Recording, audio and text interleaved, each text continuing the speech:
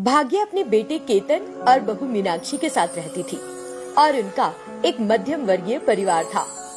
भाग्या की बहू गर्भवती थी और वो एक दिन कहीं बाहर जा रही थी। मीनाक्षी, मैं खेत में काम करने जा रही हूँ, तुम वक्त पे खाना खाकर दवाई ले लेना।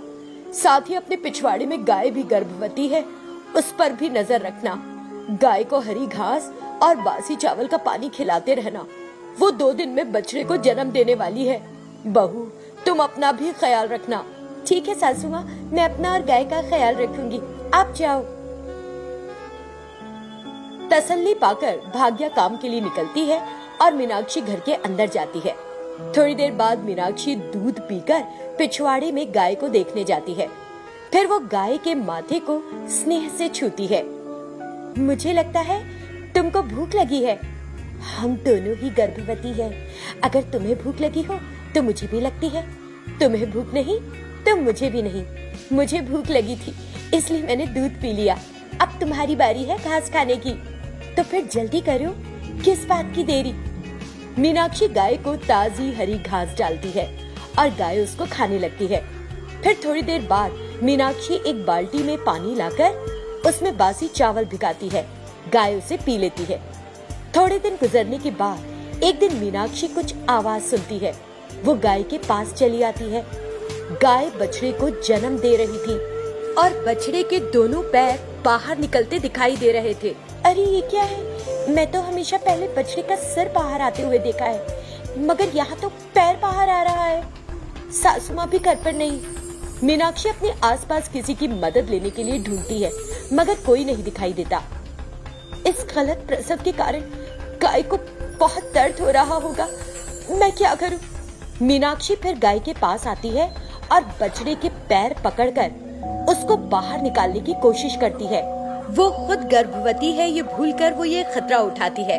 कुछ देर बाद बछड़ा बाहर आ जाता है और गाय उसे चाटने लगती है।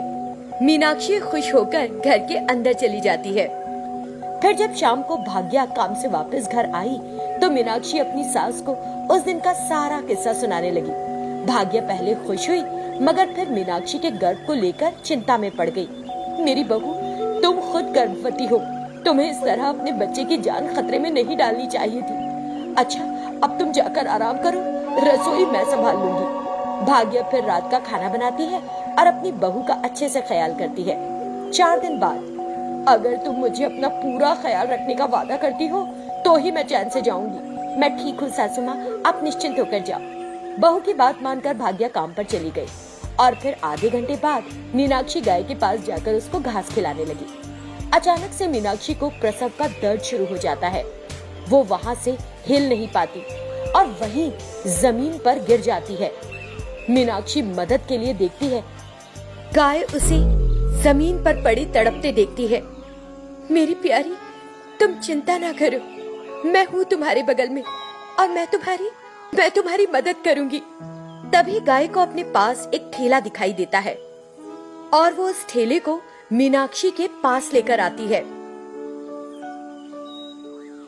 वो मीनाक्षी को उस ठेले पर चढ़ाती है और फिर ढकेलते हुए अस्पताल लेकर जाती है। डॉक्टर मीनाक्षी की परिस्थिति को देखकर उसकी डिलीवरी का ख्याल करते हैं। मीनाक्षी बेटे को जन्म देती है और माँ और बच्चा दोनों स्वस्थ रहते हैं।